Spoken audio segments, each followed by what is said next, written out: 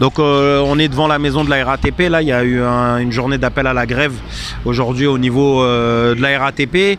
Nous, à la SNCF, dans mon secteur sur le triage du Bourget, on a quand même appelé à la grève parce qu'on considère que cet appel il était légitime et qu'il avait une réalité dans le sens où c'est l'entrée du texte de loi à l'Assemblée nationale. Et je sais pas, moi, quand on s'est mobilisé plus de 50 jours, enfin pour moi, il me semble un peu logique, à minima, dans les journées de 24 heures, qu'il y ait une journée de 24 heures d'appel à la grève sur cette journée-là, quoi. Donc moi, je suis venu ici pour faire un rassemblement à l'appel de différents syndicats de la RATP. Et bien sûr aussi pour marquer le projet de loi qui sera présenté aujourd'hui à l'Assemblée nationale.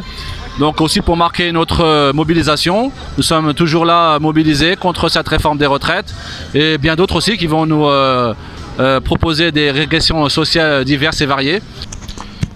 Aujourd'hui en fait la loi elle passe à l'Assemblée, donc évidemment c'était en fait une évidence d'être là, mais en fait également moi je pense qu'il faut commencer à passer un message, c'est-à-dire de ne pas rester en fait sur une stratégie perdante qui est la stratégie des grèves saute-mouton en fait, où on fait un jour par-ci un jour par-là. On peut pas en fait après plus de 50 jours de grève dire qu'on va faire retirer cette réforme avec des journées de 24 heures, ça n'existe pas. Et donc du coup en fait d'abord on est venu parce que voilà, c'était important d'être en grève parce que la loi passe à l'Assemblée, mais c'est également nécessaire de passer un message et de dire qu'il va falloir construire une prochaine échéance en fait reconductible le plus rapidement possible, voilà, et de faire passer ce message là en interpro avec le plus de secteurs possible pour faire plier un peu le gouvernement, quoi.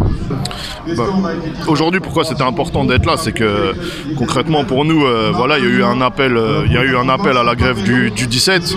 Il y a eu plusieurs syndicats qui se sont collés sur cette grève et voilà aussi concrètement, c'est que la journée du 17 pour nous, elle nous paraissait importante parce que le projet il arrive au niveau des débats à l'Assemblée nationale, donc il fallait marquer le coup et dire que nous on est encore là, on est encore mobilisés, certes pas dans la grève illimitée et pas massivement, mais on est toujours là et cette réforme on n'en veut toujours pas.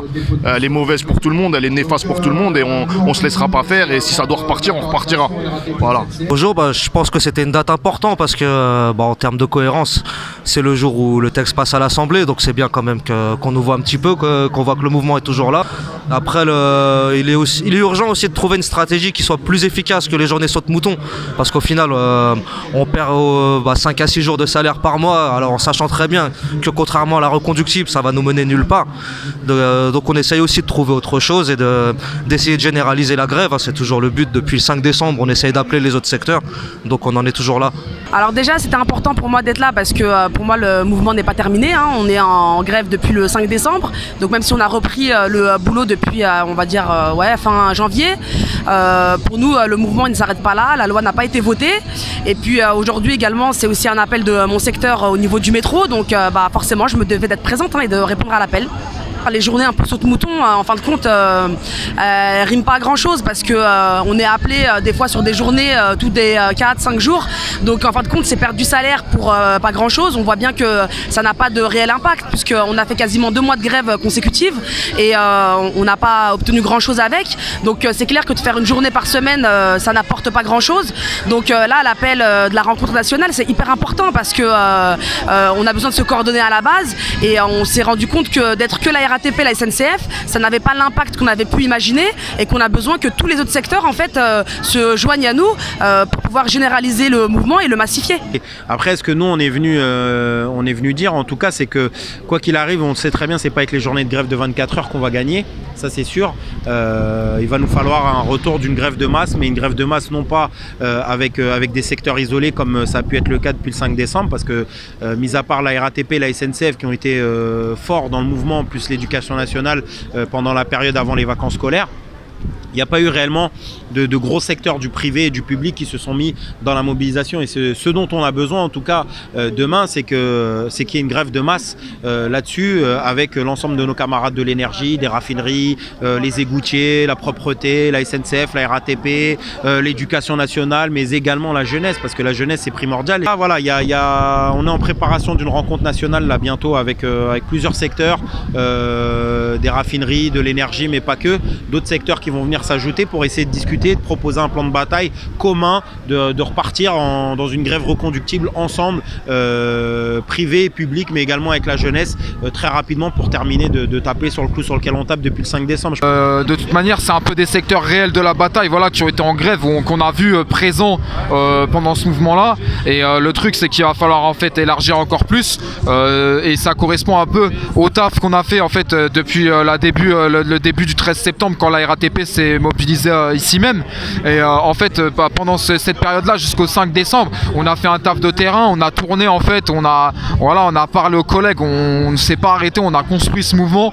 Et en fait, le but, c'est de reconstruire en fait le même mouvement, mais pas que les transports, c'est-à-dire plusieurs corporations. Et c'est de dire maintenant, enfin, on y va tous ensemble, on part en reconductible tous en même temps, parce que je pense qu'il y a énormément de frustration chez les travailleurs en grève en fait aujourd'hui, de voir que nous, par exemple, on est parti 50 jours en grève, et au final, voilà, on voit après derrière quand on commence à reprendre, le mouvement il commence un peu à affaiblir, c'est normal. Voilà, on n'a pas de l'argent illimité. Ben on voit d'autres secteurs en fait qui sortent dans la bataille, et en réalité, voilà, on se dit que la question de la stratégie, elle a mal été abordée par les directions syndicales, et c'est pour ça en fait aujourd'hui que nous, on se coordonne aussi à la base, qu'on fait tous ces cadres de coordination et qu'on essaie en fait de se coordonner en fait avec plusieurs secteurs, parce qu'à un moment donné en fait cette question de la stratégie elle est essentielle, et nous on pense voilà qu'il faut qu'on parte tous en même temps, et donc voilà, on va essayer de faire grossir cette initiative le plus possible. Effectivement, donc moi je suis un participant de cette coordination RATP SNCF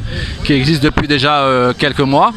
Donc c'est une très bonne chose, parce que plus on sera nombreux et plus on sera fort. Et bien sûr, moi j'appelle à participer à cette rencontre qui se fera début mars. Et plus on sera nombreux, mieux ça sera. Et il faut éviter de nous disperser. Donc bien sûr, ces grèves de 24 heures, c'est peu mobilisateur. Mais malheureusement, on est confronté à la réalité, c'est que beaucoup d'agents ont du mal à suivre les limités. Donc on fera avec, mais la bataille n'est pas perdue.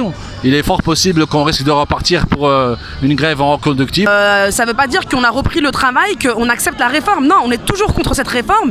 Et puis tant qu'elle n'aura pas été votée, nous, on ne lâchera pas. Aujourd'hui, oui, pour la plupart des collègues, ils veulent reprendre des forces financièrement, parce que 2 mois de grève consécutive, c'est très lourd. Mais non, la bataille n'est pas terminée. On s'est rendu compte que le fait d'avoir été un peu seul dans cette grève, ça n'a pas été suffisant. Donc là, on a besoin de mettre d'autres stratégies en place, et on essaye en travaillant de gagner un peu de sous, et en même temps d'avoir le temps de pouvoir se coordonner. Donc oui, l'appel à la rencontre nationale, c'est hyper important. On a besoin d'être pas mal de secteurs pour pouvoir relancer un mouvement reconductible. Il faut se coordonner à la base, elle doit faire bouger les choses, les différentes AG Interpro, la coordination RATP SNCF, elle joue un rôle, elle a déjà joué un rôle pendant la grève, et elle doit continuer à jouer ce rôle d'imposer les choses aux intersyndicales et aux grosses têtes des fédérations, pour leur dire c'est proposer des vrais plans de bataille, proposer une ligne directive concrète. Et nous, on n'est pas morts, c'est pas vrai, on a besoin de souffler certes financièrement, mais on est toujours déterminé à combattre ce projet. Maintenant, il faut proposer des vraies stratégies gagnantes. Donc il faut mobiliser tous les secteurs ensemble en même temps, et partir vraiment tout ensemble en même temps, en tapant du poing sur la table, et en appelant une vraie grève générale reconductible. De toute façon, tant que le mouvement était géré par la base, que tout se passait bien, c'était même impressionnant. Je trouve que ce qu'on a fait en un mois, c'était assez énorme. Et la base, c'est peut-être un peu essoufflé, peut-être qu'on a un peu laissé les choses nous échapper. Et je pense qu'il est temps qu'on reprenne notre mouvement en main.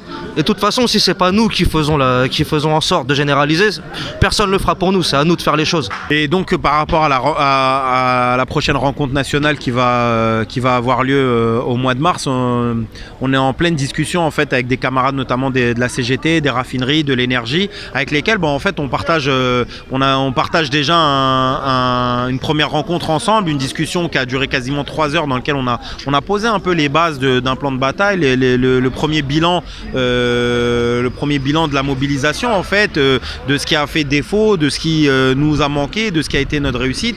Et puis on est en train d'essayer commencer à réfléchir à quel doit être le plan de bataille gagnant. Et en tout cas, avec les camarades des raffineries et de l'énergie, on est en train de discuter de tout ça et on est en train de préparer une rencontre nationale mi-mars avec d'autres secteurs beaucoup plus nombreux pour pouvoir essayer de voir à quel moment en fait on est en capacité de poser un plan de bataille. En tout cas, ça va être nécessaire. Il va falloir qu'on se dote d'une stratégie gagnante et une stratégie dans laquelle l'ensemble des secteurs vont décider de se mobiliser ensemble d'une même voie et non pas par décalage comme on a pu le voir au fur et à mesure de cette mobilisation des retraites où lorsque un secteur arrête, c'est un autre qui reprend. Non, là, il va falloir que ça prenne tous ensemble et voilà, ce qui est bien, c'est que ça part aussi de la base, c'est-à-dire que même si c'est des militants syndicaux, ce sont des militants syndicaux de la base et que pour une fois, en fait, la base, elle est en train de récupérer la stratégie de la grève, quoi, qui était jusqu'à présent cadenassée et volée par les confédérations syndicales qui se disaient elles seules en capacité de réfléchir et de penser la stratégie. Et ce qu'on voit, c'est que